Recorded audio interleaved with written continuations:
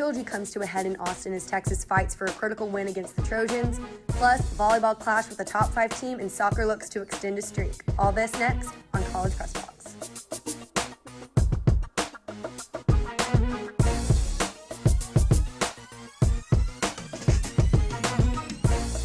Happy Monday and welcome to College Press Box. I'm your host, Emily Stone, alongside Thomas Fitch. And boy, it was a good weekend for Texas sports. On Saturday, Texas football welcomed the 22nd ranked USC Trojans to Austin for the first time since 1966. It was the 7th matchup between these two storied programs who seem to have a knack for close games with each other. In 2006, it was Vince Young scoring with 19 seconds to take the lead and seal the national championship. Last year, the Trojans got revenge, edging out the Horns in a double overtime thriller. For the next chapter in this series, let's head down to DKR for the highlights. Bevo 15 taking the field. He's excited for this matchup. You know who else is excited? Matthew McConaughey giving Breckenhager a little pep talk before the game. However, it's the Trojans who would start off fast. Stephen Carr, 23-yard scamper up the middle. Trojans get on the board first. However, Horns trailing 14-3, but little Jordan says not so fast. 47-yard touchdown, and the Horns trail by only 4. Later on in the first half, on third down, Sam Ellinger's going to scramble 11 yards for the first down, get the Horns into field goal territory. They would make that and lead 16-14 at the half.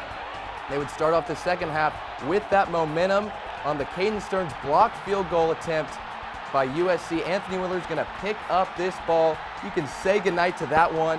Wheeler's going to take it to the house. Horns lead 30-14, and they would not look back. In the fourth quarter, 3rd and 8, Sam Ellinger's going to find Andrew Beck 10 yards for the first down, and Ellinger's just going to take it in by himself. That is 34 unanswered points for the Horns, who go on to win 37-14 in interconference play 2-1. To capture the historic 900th win, here's Christine Taylor from DKR.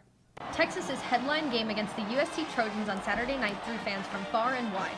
From Matthew McConaughey to Governor Greg Abbott, the sidelines were filled with celebrities cheering on the home team. As USC jumped out to an early 11-point lead, it looked like Texas would suffer their second loss before the start of conference play. But it was all Texas from there. Led by sophomore quarterback Sam Ellinger, the Horns began to find their groove and take a halftime lead. Ellinger had a plan in mind to keep the momentum going into the third quarter. And a goal that I brought to our offense and a challenge was score on the first possession of each half. And I think we came out at both halves with an energy and a fire that we were going to attack the defense, opposed to kind of trying to feel it out and see what was going to happen.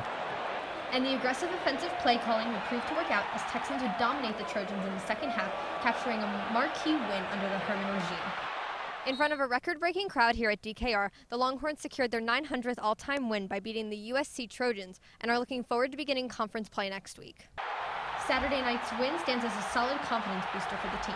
To go out and win in a complete fashion the way that we did, I think certainly adds to that level of confidence, and I hope that it propels them into this week's preparation. And Texas surely has a lot to prepare for as Gary Patterson and the 14th ranked TCU Horned Frogs head south to Austin this upcoming weekend. For College Press Box, I'm Christine Taylor. Joining us now in the studio are football analysts Nick Kuholtz and Madison Hager. Welcome back, guys. Good to be back. All around campus and Texas social media, people are saying that Texas is back. Do you agree?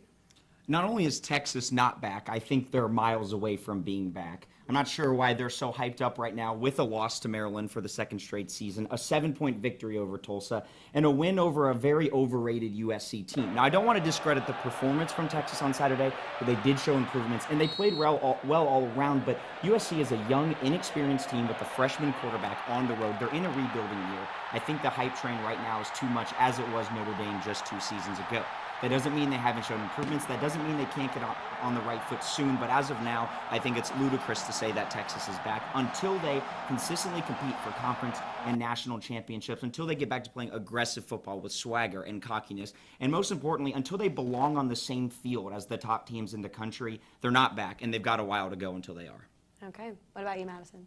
The burning question is Texas back. So I think that this game was a good start of momentum, but the next 3 games will really determine if Texas is truly back. Next this weekend is TCU, and then after that, K-State, which Texas has lost to the last 4 times in K-State's territory. So that is on K-State's turf. So that is going to be a hard win for them to take home. And next they have OU after that. And so being back would truly mean playing with fire like they did against USC and then going out and winning the Big 12s. Defense did start to pick up from last year. They held USC for -5 yards rushing and did not let USC's offense score in the second half. Throwback to Notre Dame. 2 years ago, everyone thought Texas was back. There was a lot of talk about it. But as we now know, one game cannot make or break a season. So really how Texas plays the next 3 games will be the determining factor if Texas truly is back. Okay. And then sophomore quarterback Sam Ehlinger really stepped up as a leader during this game. Madison, do you think his performances went to finally end the quarterback debate? So since Colt McCoy left, there's always been a quarterback debate at Texas. So Texas scoring 21 points in the third quarter against USC was huge considering that is 3 points. Sam had 258 combined yards and no interceptions, so his rhythm with Will Jordan and Quan Johnson is increasing, and he's passing with more confidence. One thing to watch out for is if he continues to tuck and run, he does risk getting hurt. And remember, he is not a pure pocket passer, so he will take more chances, which can either end up good or bad for the Horns. It is too early to say if Sam's spot on Texas is permanent, but I think that he is making improvements that are crucial to Texas winning these next few games. Awesome. What about you, Nick? I am still not personally entirely sold on Sam Ehlinger. Last year, I was a Shane Buechele guy. Now, if that's the answer, I don't know. But the reality is Sam Ehlinger is 4-6 career record as a starter. 2 of those 4 wins coming against San Jose State in a 7-point victory at home over Tulsa. There's no doubt the potential he has. I don't think anyone denies that. We know he can be an incredible quarterback if he increases his football IQ. He has skill in certain areas, but he doesn't show it on a consistent basis. Again, 4-6 as a starter, and honestly, regardless of what we think, I personally don't think he's the guy, but the reality is Tom Herman loves him, so that's his guy. So whether we think it's his guy or that he's the guy or not for the future of this program, Tom Herman does. He's sticking with him. He has all the confidence in the world in him. So going forward, if you're a Texas fan, you better hope that Sam Ehlinger is the guy because he's going to be playing. And let's hope Sam Ehlinger can show up this weekend as the Longhorns host another ranked opponent in TCU this Saturday. This is extremely talented and good football team that's coming in here on Saturday. It's our conference opener. It's a team that, quite frankly, has had our program's number for the last few years. We've got our work cut out for us on both sides of the football. TCU has speed everywhere. I mean, their skill guys on offense are fast in terms of their wide receivers and running backs. You know, obviously on defense, even their front is fast and athletic. This is as fast of a defense as I've seen in a long time.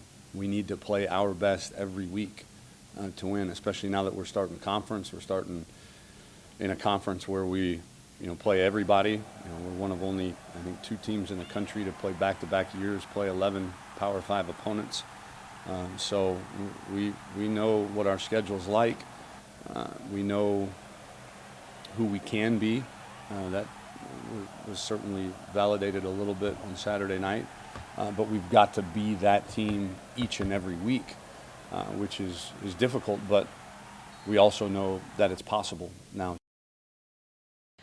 Nick, what needs to happen in order for them to keep up the momentum and add another win to the books? Most importantly, the defense has to stop Sean Robinson, dual threat quarterback from DeSoto High School, won them their first state championship in their school's history. He can kill you with his legs and he can kill you with his arm, but Texas has to take a chance that he beats them with his arm and not his legs. If they give him open space to run, not only is he going to take advantage of it, they're going to be gassed the entire game. As far as offensive goes, the play calling was exceptional in comparison to previous games. On Saturday against USC, they'll need that again from Tim Becker, Tom Herman, whoever is the one actually calling the plays. And again, Sam Ehlinger, he has to be consistent. He has to play as if he did on Saturday. That was one of his better games at Texas. If he can be consistent, then Texas has a huge shot to win the game. Awesome. What about you, Madison? So TCU will definitely be Texas's biggest test so far. In the past 4 games, TCU has won all of them in double digits against Texas. And also, they are stacked on both sides of the ball. Their offensive line is arguably one of the best in the country, and they have some really solid returners on defense. What will benefit Texas is that their quarterback is young and that Todd Orlando should be able to scheme to hide defensive coverage and hopefully get more pressure on the QB. LJ and Quan Johnson really are crucial for this game, and if Texas wants to win, they're going to have to really have a great game like they did with USC. The defense needs to provoke turnovers, and the offense needs to not have any turnovers. With this past weekend being Texas' 900th win, and since Texas does tend to play up or down depending on who they are playing, I think that Texas will come into this game really with the fire to win. And winning would be huge, even though it would be difficult, and it would really give Texas the momentum to carry them through the season. Madison and Nick, always a pleasure having y'all on the show. Thanks for being on. Thank you. When we come back, we'll head over to Gregory Gym for a look at Texas volleyball. Don't go anywhere.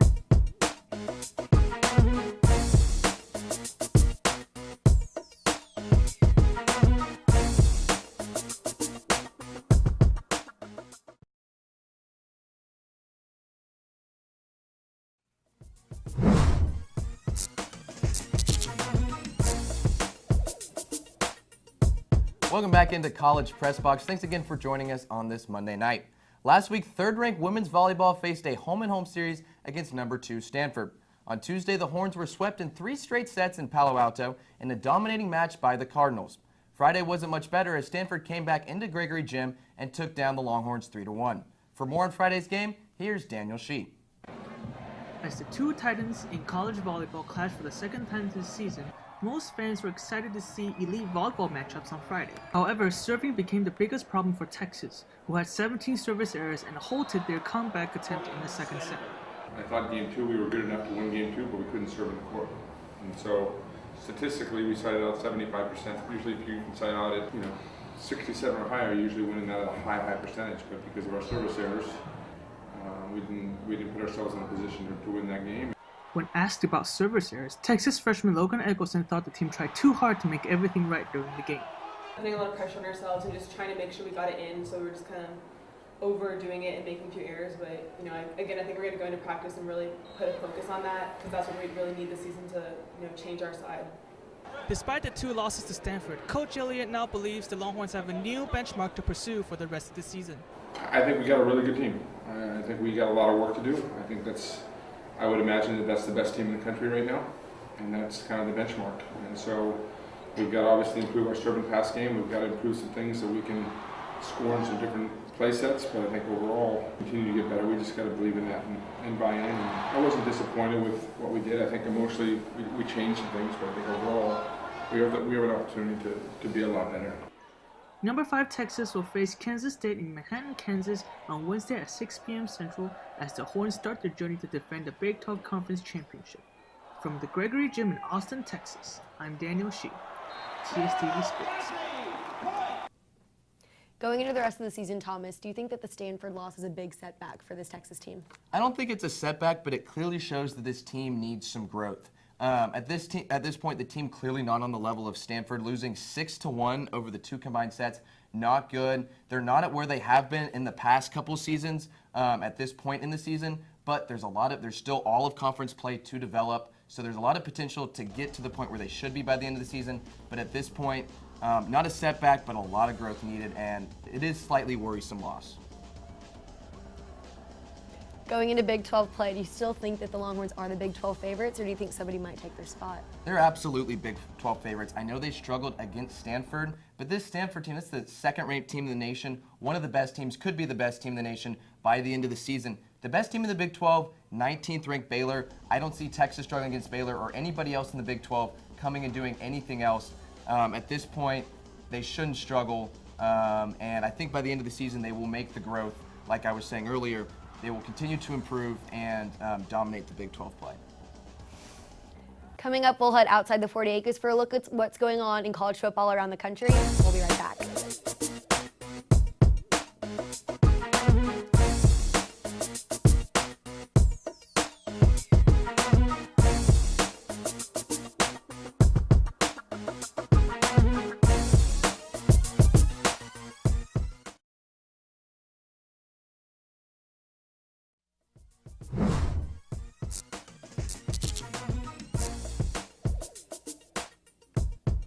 Welcome back to College Press Box. I am Steve Helwick, here to review an absolute madhouse of a weekend in college football. We saw just about everything go on. 2 top 10 teams fall, a handful of wild upsets shake up the country, and we're going to review the feature game of the week, Ohio State and TCU colliding for a thriller in Arlington, Texas. But it was not a very good week to be a Power 5 school. We saw 8 different Group of 5 teams knock off Power 5 teams this weekend, including some wild upsets. We saw Maryland lose to Temple 35-14, which gives Texas some pretty interesting transitive losses. Troy beating Nebraska 24-19, the second Power 5 foe the Trojans have knocked off on the road in 2 seasons. Some predictable upsets like South Florida, Illinois, Fresno State over UCLA, and Nevada over Oregon State. Akron gets their first Big Ten win since 1894 when Grover Cleveland was president and Coke was first being sold in bottles as they stunned Northwestern. And San Diego State, they played to win the game against Herm Edwards and Arizona State, winning 28-21. Lastly, one more game I'd like to highlight is North Texas out of the CUSA absolutely demolishing Arkansas 44-17, and they had an interesting punt return along the way too. Let's check out the clip. Keegan Brewer, he calls a fair catch. Oh wait, he actually never puts his hand up. Arkansas is heading to the bench. Keegan Brewer takes off. He has his whole line of blockers ready. North Texas is ready. And Keegan Brewer catches Arkansas off guard, 90 yards to the house. North Texas, that's their second touchdown on a 27-point win in Fayetteville. North Texas, 12-0, still on the table. They could lock up that New Year's 6 bid for a Group of 5 program since they have a pretty easy schedule from here on out. Now let's go to an upset in the Midwest. BYU is coming off of a 4-9 season while Wisconsin fared 13-1 a season ago. Let's cut to the highlights of Camp Randall Stadium. Taiwan Deal showing he's the real deal early on. 7-0 Badgers over the Cougars. BYU will respond. Squally Canada, one of the best names in college football. He's also a SoundCloud rapper. Oh, Canada, all the way down near the red zone. Squally Canada, what a great run right there. And they're going to feed Canada again, showing he's more than just a SoundCloud rapper. He's a talented football player, too. Ties the game up at 7 apiece. BYU is in business. BYU trying to take the lead. Tanner Mangum, they do a little trick double pass here. And Moroni Lalu Patutau, the tight end, catches it from 31 yards out. And BYU takes a 7-point lead over Wisconsin. Is an upset brewing in Madison? Wisconsin does their Wisconsin formation, giving it to the fullback. Gotta love that old smash mouth football. Alec Ingold carries it in, tied at 14 apiece. BYU would say something again. Squally Canada. I haven't seen Canada look this dominant since the 2014 Winter Olympics. The running back, 118 yards, 2 touchdowns on the day. What a performance by him. BYU takes a 21-14 lead. Wisconsin is not going to go away yet. Taiwan Deal once again, not Jonathan Taylor, but Deal gets his second touchdown of the day. Wisconsin ties at 21. BYU makes a field goal. Wisconsin for the tie. Rafael Gaglianone. Gaglia no good. Wisconsin misses the field goal, and BYU stuns the entire city of Madison on the road. The Cougars get their first win since 2006 against a ranked opponent on the road. Saturday was arguably the worst day in Big Ten history. 7 Big Ten teams, including Wisconsin, as we just saw, fell to unranked opponents, an occurrence that hasn't happened since the AP poll debuted in 1936. But the Big Ten's top program, Ohio State, would also run into a difficult test. They traveled to Arlington, and the young Buckeye squad battled the Horned Frogs of TCU at AT&T Stadium. No Urban Meyer as a coach has served the final leg of his 3-game suspension. Let's cut to Jerry World for the highlights. Coach Gary Patterson against Nick Bosa. Nick Bosa, he's going to force a fumble early in the game. Ohio State is up 10-0 after Devon Hamilton recovers it in the TCU end zone. The Frogs would not go away yet, though. Sewo Olanalua is going to dive into the end zone. TCU down 10-7. He's going to finish with the LeBron Punisher move. TCU down 10-7. This time, Darius Anderson. TCU backed up against their own end zone. Darius Anderson, 93 yards. He's turning on the Jets. Look at that TCU speed outrunning the entire Ohio State defense. The DFW crowd is hyped about this one as the Frogs claim their first lead of the game. TCU is going to score next, though, with another touchdown by Darius Anderson. The running back gets it off another shotgun run, dives for the end zone, 21-13 as the Frogs extend to their largest lead of the night. But Ohio State's not going to go away without a fight. Dwayne Haskins, the new quarterback, throwing it to Paris Campbell on the bubble screen. Untouched, 63 yards. Ohio State almost ties it. They fail on the 2-point conversion, but the Buckeyes do have a sense of momentum. Sean Robinson, TCU's freshman quarterback, throws a shovel pass. It is picked off by the big guy, Draymond Jones, rumbling, bumbling, stumbling past Sean Robinson to the house. Touchdown. Ohio State is in front. And the Buckeyes will seal things off in the fourth quarter as Dwayne Haskins keeps it himself on the QB keeper. Ohio State is going to win this one in regulation 40-28, staying at number 4 in the country as TCU slides to number 17. And the Big 12 still hasn't won a non-conference game in AT&T Stadium, falling to 0-14. Ohio State will finish non-conference play against Tulane next Saturday, while TCU begins Big 12 play with a trip to Austin to face the Texas Longhorns, coming off a big win against USC 37-14. The Horned Frogs have defeated the Longhorns by an aggregate score of 153-33 in the last 4 years. So when we come back, we'll touch upon the Longhorns' full athletic schedule, including next Saturday's matchup against the number 17 team in the country, and we'll kick off our coverage on the soccer fields of Austin. You won't want to miss it.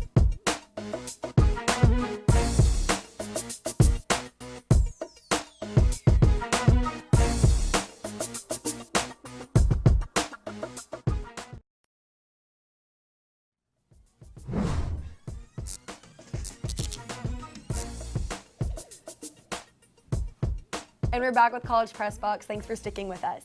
Texas football wasn't the only big winner this weekend. At Mike A. Myers Stadium, Texas soccer extended their undefeated winning streak with 2 wins. The first one came on Friday against UT Rio Grande Valley, where the Longhorns defeated the Vaqueros 2-1. Sophomore Haley Berg and senior Katie Glenn gave the Longhorns their 2 goals in the second half, while senior Alexa Adams dished her 4th assist of the season. With a save from junior Nicole Curry, the Longhorns were able to conserve their winning streak going into Sunday. The Horns continued their undefeated season Sunday with a 3-0 victory over Northern Colorado at home, thanks to 2 goals by Sierra Henson and 1 by Alexa Adams. Goalie Nicole Curry added 4 saves to her season total of 22. The Horns head into conference play for the undefeated for the second consecutive season, hosting Baylor on Friday night. This week in Longhorn sports, Texas volleyball travels to Manhattan Wednesday night to face the Kansas State Wildcats. That's 6 o'clock on ESPNU. On Friday, soccer will face Baylor here at Mike A. Myers Stadium, 7 o'clock on the Longhorn Network. On Saturday, Texas football hosts TCU at the DKR Memorial Stadium, 3:30. That game will be on Fox. And Sunday, soccer will travel to TCU at 1 p.m. And that wraps up our show for tonight. From all of us here in the studio and everyone in Master Control, thank you for joining us on your Monday. And be sure to tune in to College Crossfire for the best sports debate on the 40 acres. Until then, I'm Emily Stone. I'm Thomas Fitch. Good night.